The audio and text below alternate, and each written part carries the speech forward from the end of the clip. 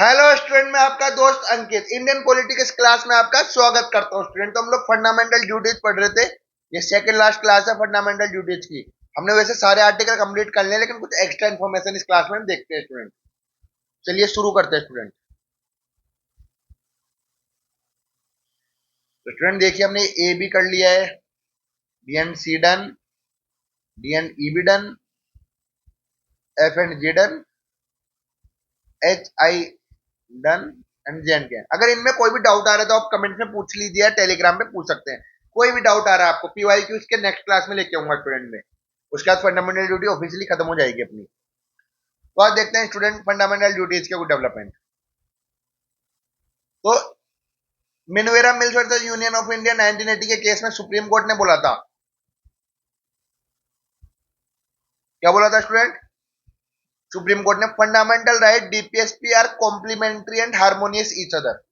Fundamental right DPSP and fundamental duties are complementary harmonious in each other. तो student ये directly statement based question पूछ सकता है UPSC आपसे। ये तीनों एक दूसरे को वो है। जैसे हमने देखा फंडामेंटल राइट है एक साइड डीपीएसपी है, तो इनका ब्रिज का काम कौन करता है? Fundamental duty. क्योंकि आप यहाँ पे जस्टिसेबल इन नेचर होता है, नॉन जस्टिसेबल इन नेचर होता है। इसमें बोथ है। यहाँ पे देखेंगे तो आप पॉजिटिव राइट पे देखेंगे, नेगेटिव भी। नेगेटिव में इसके पीछे लो बेकिंग भी रहती है। जो नेगेटिव थे उनमें क्या थे स्टूडेंट? लो बेकिंग। तो इसमें दोनों है, जबकि इसमें नॉन जस्टिसेबल है कि आप कोर्ट में नहीं जा सकते। ये जस्टिसेबल थी, ये जस्टिसेबल थी। तो ये ब्रिज का काम करती है फंडामेंटल ड्यूटी। तो ये कॉन्स्टिट्यूशनल बैलेंस बनाती है, harmony of right duties and principle के बीच में क्या बनाती है? कॉन्स्टिट्यूशनल बैलेंस बनाने का काम करती है। तो सिंपल सी स्टेटमेंट याद रखना। उसके बाद आप देखिए स्टूडेंट, एक जस्टिस वर्मा कमेटी बनी थी 1997 में। उन्होंने रिव्यू किया था फंडामेंटल ड्यूटीज को। क्या किया था उन्होंने? रिव्यू किया था, चेक किया था और इम्प्लीमेंटेशन करी उन्होंने। और ना तो इन्होंने बोला जो existing law already support many duties, already बहुत सारी ड्यूटीज अच्छी है जिसमें बहुत सारा लॉ भी मिल रहा है, एनवायरमेंट नेशनल ओनर एक्ट वगैरह बताया था मैंने, तो ऑलरेडी है। तो नए ड्यूटीज बनाने की नीड नहीं है। उन्हीं को अपने को अवेयर करना है, लोगों को बताना है कि not just addition of duties, only aware करना है। लोगों को बताना है कि आपकी ड्यूटीज है, क्योंकि बहुत सारे लोग अपनी ड्यूटीज को नहीं जानते। इसलिए आप देखोगे ना स्टूडेंट, जो एनसीईआरटी बुक्स आती है ना, उनके स्टार्टिंग के पेजेस पे आपको फंडामेंटल ड्यूटीज भी देखने को मिलती है। लोगों को अवेयर हो। लोग पढ़ते नहीं, वो बात अलग है, लेकिन उन पे फंडामेंटल ड्यूटीज लिखी हुई है स्टूडेंट। उसके अलावा कुछ ड्यूटीज थी जो कभी इंप्लीमेंट नहीं हुई, लेकिन उनको बोला गया था।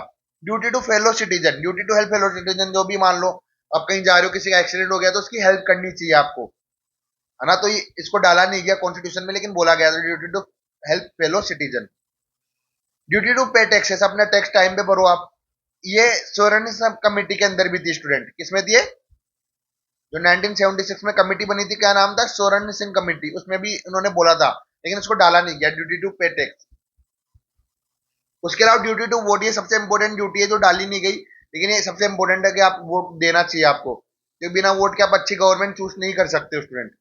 तो ये सिर्फ रिकमेंडेशन थी, ये कॉन्स्टिट्यूशन में कभी ऐड नहीं हुई है। तो ऑफिस मतलब आज फंडामेंटल ड्यूटीज अपनी खत्म होती है। अब लास्ट क्लास पीवाई क्यू की आएगी स्टूडेंट। जब तक के लिए आप वीडियोस देखते रहिए। अगर कोई भी वीडियो मिस हो रहा है तो जल्दी से देख लीजिए, फिर आप पीवाई क्यू एक साथ करना, तो मजा आएगा आपको। तो लाइक कमेंट करिए, शेयर करिए, सब्सक्राइब करिए। कोई भी डाउट आ रहा है तो कमेंट में पूछिए। Thank you.